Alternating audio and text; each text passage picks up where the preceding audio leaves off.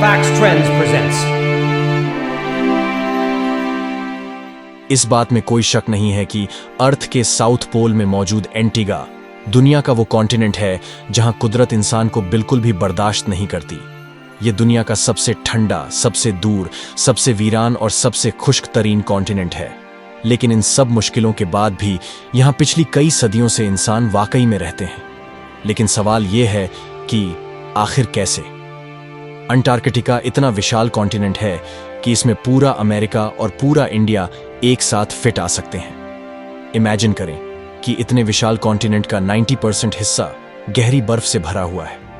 इतनी गहरी कि यहां कई हिस्सों में 5 किलोमीटर गहराई तक सिर्फ बर्फ ही बर्फ है। वैसे तो यहां टेम्परेचर -60 डिग्री सेल्सियस तक जाता है, लेकिन साल में 1 या 2 मरतबा यहां गर्मी भी रहती है। पर इस गर्मी में भी यहाँ का टेम्परेचर -12 डिग्री सेल्सियस होता है, क्योंकि यहाँ पूरा साल टेम्परेचर फ्रीजिंग पॉइंट से कम ही रहता है। इसी वजह से यहाँ बर्फ मेल्ट ही नहीं होती। हर साल अंटार्कटिका में 2 इंच एडिशनल बर्फ गिरती है। वैसे तो यह फिगर बहुत कम है, लेकिन पिछले लाखों सालों से 2-2 इंच करके यहाँ बर्फ की लेयर बढ़ती ही चली जा रही है। सिर्फ बर्फ और कांस्टेंट टेम्परेचर ही यहाँ जिंदगी के लिए मुश्किलें पैदा नहीं करते, बल्कि अंटार्कटिका में ह्यूमिडिटी ना होने के बराबर है। नॉर्मली हमारे पास हवा में 40% से लेकर 1% वाटर वेपन्स होते हैं, जो इंसानी सेहत के साथ साथ इकोसिस्टम के लिए भी बहुत फायदेमंद होते हैं। लेकिन अंटार्कटिका में ह्यूमिडिटी लेवल सिर्फ और सिर्फ 0.03% ही है। यही वजह है कि अंटार्कटिका में स्किन डिजीज और बॉडी का डिहाइड्रेट होना बहुत ही कॉमन है।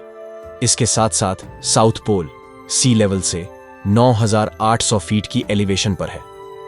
यह इतना डेडली तो नहीं है, लेकिन ज्यादातर लोगों के लिए यह एलिवेशन इनकी मुश्किलों में इजाफा कर देती है।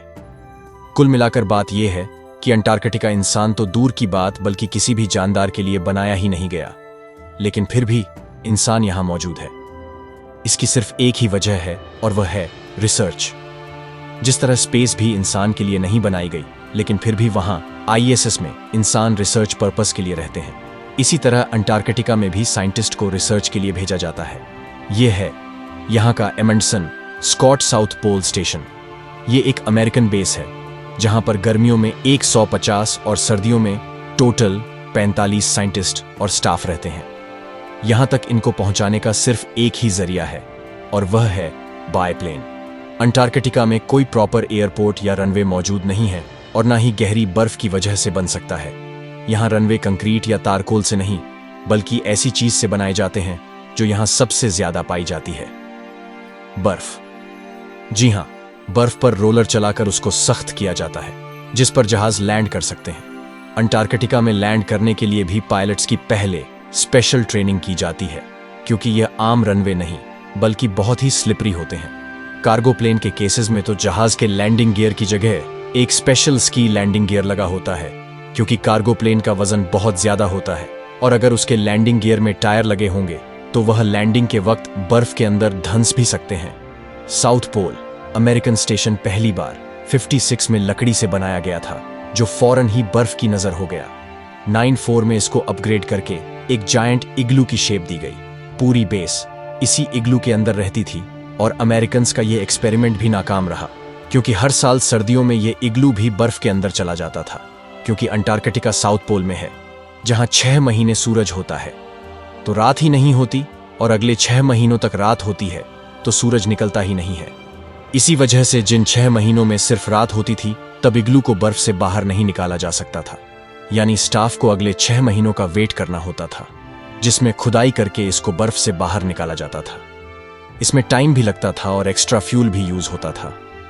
एड में अमेरिका एक नई अप्रोच के साथ मैदान में उतरा और इग्लू को भी रिप्लेस करके यह चीज बनाई। इस बिल्डिंग की खास बात यह है कि इसकी शेप एरोडायनेमिक है, और इसको हाइड्रोलिक पिलर्स पर बर्फ से थोड़ा उठाकर खड़ा किया गया है।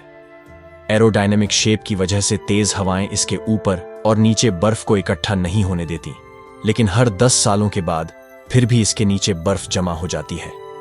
लेकिन तब इसको आसानी से अपलिफ्ट किया जा सकता है। एंटीगा एक फ्री कॉन्टिनेंट है, यानी इसको कोई भी कंट्री ऑन नहीं करती। यहां पर 29 कंट्री के अपने अपने रिसर्च स्टेशंस बने हैं। लेकिन सवाल यह है कि साउथ पोल में कौन सी ऐसी रिसर्च होती है जो दुनिया में कहीं और मुमकिन नहीं। यहां ज्यादातर स्पेस रिलेटेड और एस्ट्रोनॉमिकल रिसर्च होती है। असल में नॉर्मली हवा में मौजूद वेपर आसमान को धुंधला कर देते हैं, और अगर हम ट्रॉपिकल एटमॉस्फेयर में टेलीस्कोप लगाएंगे तो ज्यादा दूर तक नहीं देख सकते। साउथ पोल में ह्यूमिडिटी न होने की वजह से आसमान बहुत क्लियर नजर आता है, और टेलीस्कोप स्पेस में लाखों लाइट ईयर्स दूर तक भी आसानी से देख सकते हैं। यह है ब्लैक होल की फोटो, जिसको 2000 में पहली बार कैप्चर किया गया था। इस फोटोग्राफ को कैप्चर करने में भी साउथ पोल में लगे टेलीस्कोप का सबसे ज्यादा रोल था। एस्ट्रोनॉमी के अलावा यहां आइस कोर्स पर भी रिसर्च की जाती है। लाखों साल पहले अर्थ का क्लाइमेट कैसा था, तब हवा में कौन से पार्टिकल्स और गैसें थीं, ये सारे राज अंटार्कटिका की बर्फ के नीचे छुपे हैं। इन स्कोर्स को निकालकर रिसर्च की जाती है और यह पता लगाया जाता है कि किस दौर में यहां क्या कुछ हुआ था। साउथ पोल में हार्श वेदर कंडीशंस की वजह से यहां कम से कम रिसर्चर्स को भेजा जाता है। रिसर्चर्स सिर्फ इक्विपमेंट लुक आफ्टर करते हैं, और सारा डेटा उनको यहां से बाहर अपनी अपनी कंट्री में भेजना होता है। जैसे यहां आने का सिर्फ एक ही जरिया है, वैसे ही यहां से निकलने का भी सिर्फ यही जरिया है। साउथ पोल में सिर्फ 3 महीनों का पीरियड होता है जिसमें एयरक्राफ्ट्स आ या जा सकते हैं। बाकी पूरा साल यहां से बाहर निकलना करीब इम्पॉसिबल है। अंटार्कटिका से भी दूर ह्यूमैनिटी अगर कहीं और है तो वह है इंटरनेशनल स्पेस स्टेशन में। लेकिन यहां मौजूद एस्ट्रोनॉट्स को भी अगर स्पेस से वेट करना हो तो वह किसी भी वक्त अपने आप को ओशन में लैंड करवा सकते हैं। लेकिन वेकेशन का ऑप्शन अंटार्कटिका पर अप्लाई ही नहीं होता। इमरजेंसी की सूरत में यहां डॉक्टर्स तो मौजूद होते हैं, लेकिन सीवियर केसेस में वीडियो लिंक के जरिए अमेरिका में बैठे डॉक्टर्स का पैनल भी मौजूद होता है। लेकिन यह वीडियो लिंक इंटरनेट पर काम करता है, और यहां इंटरनेट भी एक बहुत ही चैलेंज का काम है। बाकी पूरी दुनिया में इंटरनेट रिमोट लोकेशंस पर सैटेलाइट के जरिए चल सकता है। कमर्शियल सैटेलाइट अर्थ के सिर्फ उन हिस्सों को कवर करती हैं जहां ज्यादा आबादी होती है। जैसा कि आप ग्लोब पर देख सकते हैं कि साउथ पोल हमारे प्लैनेट का लिटररी बॉटम है। अर्थ का ऑन ऑर्बिट कतई सैटेलाइट साउथ पोल के ऊपर से गुजरती ही नहीं है। इसी वजह से यहां सैटेलाइट के सिग्नल्स भी रिसीव नहीं होते। सिर्फ चंद सैटेलाइट्स हैं जिनके सिग्नल्स साउथ पोल में आते हैं, वो भी सिर्फ चंद मिनटों या घंटों के लिए। यहां इंटरनेट यूज करने के लिए भी स्पेसिफिक टाइम का वेट करना होता है। जब सैटेलाइट साउथ पोल के करीब से गुजरेगी, सिर्फ तभी सिग्नल रिसीव होंगे। पूरे 24 घंटों में यहां सिर्फ 3 घंटे और 50 मिनटों के लिए इंटरनेट चलता है। इसी टाइम फ्रेम में साइंटिफिक डाटा भी ट्रांसमिट किया जाता है और रिसर्चर्स अपनी फैमिली से कनेक्ट हो पाते हैं। इसके अलावा साउथ पोल में वेस्ट मैनेजमेंट भी एक बहुत बड़ा इश्यू है। इंटरनेशनल लॉ के मुताबिक इस कॉन्टिनेंट को पोल्यूशन और वेस्ट फ्री रखना सबकी जिम्मेदारी है, क्योंकि अगर यहाँ जरा सी भी पोल्यूशन हुई तो वह साइंटिफिक रिसर्च को असरअंदाज कर सकती है। इसका मतलब है कि यहाँ जो चीज भी आएगी उसको अल्टीमेटली वापस भी जाना है।